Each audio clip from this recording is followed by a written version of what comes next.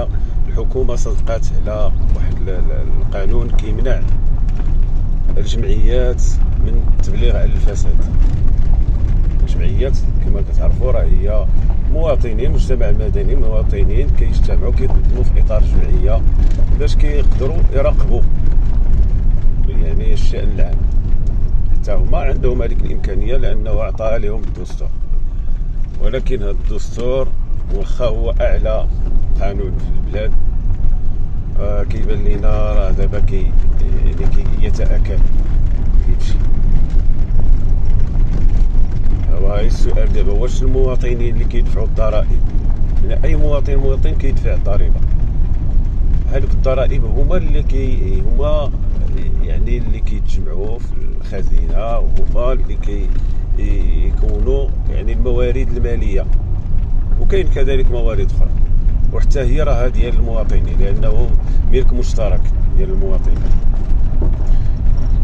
اذا واش واحد يعطي ضريبه ويعطي شي حاجه وما يتبعها وما يعرفش فين مشات، ما يحاسب، ما يعرف، ما يسول، ما والو، زعما صافي يعطي خلص الضريبه وسكت. شوفوا سكت، ما تهضرش، واخا تكون منظم في اطار جمعيه، واخا تكون ما تهضرش ما تتكلمش. حنا اللي كنضيعوا الفلوس، حنا اللي غنتكلموا، حنا اللي كنشوفوا كنراقبوا. نتايا شوفوا سكت واخا. ايوا دابا مستقبلا حنا دابا تنمهدوا الطريق للحوايج اخرى. دابا المجال ديال الانتخابات وديال هذا دابا راه خصهم ثاني يديروا ليه شي حاجه، خصو يكون حصري لشي وحدين. ايوا دابا واحد شويه غادي نشوفوا ثاني ممنوع شي واحد يترشح الا ما عندوش مليار، بحال والو يديروها ساهله بالزربه يديروا هذا.